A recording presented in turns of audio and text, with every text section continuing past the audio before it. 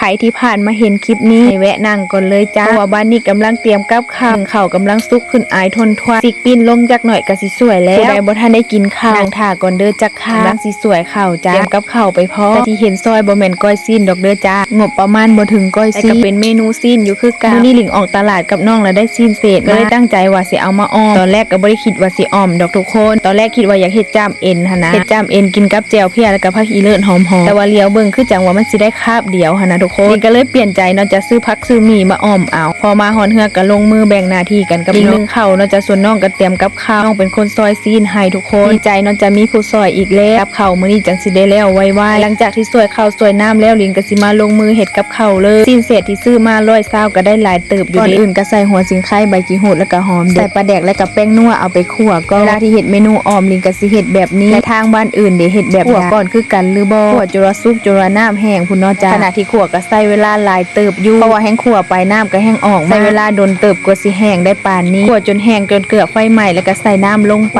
ไฟขึ้นเนาะจะใส่น้ำสีหลายๆในจักหน่อยเพราะว่าสิ้นเศษหั่นเนาะทุกคนมีเนื้อมีหนังมีเอ็นฉะนั้นก็ต้องตุนดนๆในจักหน่อยระหว่างที่ตุนอยู่หั่นก็มาตำข้าวเบื่อลิงวางเอาพริกแห้งกับข้าวสารใส่พร้อมกันแล้วก็ตำทุกครั้งก็ตำยากก็ยังใส่แบบนี้เต็กทุกคนว่าสิตำแรกได้ปานนี้เนาะจ้าเวลาเป็นดนจากที่แรกแล้วก็เอาลงหม้อแล้วน้ำก็แห้งพอดีหั่นนะทุกคนมื้อนี้ลิงใส่มะเขือเนาะจ้าบ่ได้หมักหรือว่าแซ่บอีหยังอยากให้อ้อมมื้อนี้มันได้หลายๆสิได้กินทั้งแรงแล้วก็กินทั้งซ่าถ้าทุกคนยังเบิ่งอยู่ฮอดตอนนี้ก็กินน้ำกันมื้อเช้าบ่เป็นหยังเนาะทุกคนหากินมาหลังจากที่ข้าวเบื่อกับมะเขือสุกแล้วก็ใส่ผักซีลงไปใส่ผักหอมบัวน้ำจักหน่อยแต่ผักสุกแล้วก็ซีมเบิ่งว่ามันสิจางๆในจักหน่อยนะทุกคนก็เลยสิตื้มน้ำปลาไปน้อยนึงเนาะจ้าเกลือไปนิดนึงพอคนพาก็ไปไวกว่าคลิปซะแล้วใส่เกลือไปจักหน่อยตบท้ายมันสิได้นัวๆและที่ขาดบ่ได้เพื่อเพิ่มความหอมก็คือข้าวคั่วใส่ข้าวคั่วลงไปแล้วก็ใส่ผักอีตูแล้วก็เป็นอันเสร็จแล้วทุกคนไผเบิ่งมาฮอดพี่นี่ยังอยู่กับล้างมือกินข้าวน้ำกันจ้าแกงนะสุกแล้วพอดีตักเสิร์ฟกินตอนฮ้อนๆนี่มันจังแซ่บสิบ่ล้างมือก็บ่ได้เดี๋ยวเราจะเดี๋ยวข้าวเหนียวสิติดมือเพราะว่าแกงมื้อนี้น่ะกินกับข้าวเหนียวติบบักใหญ่ทุกคน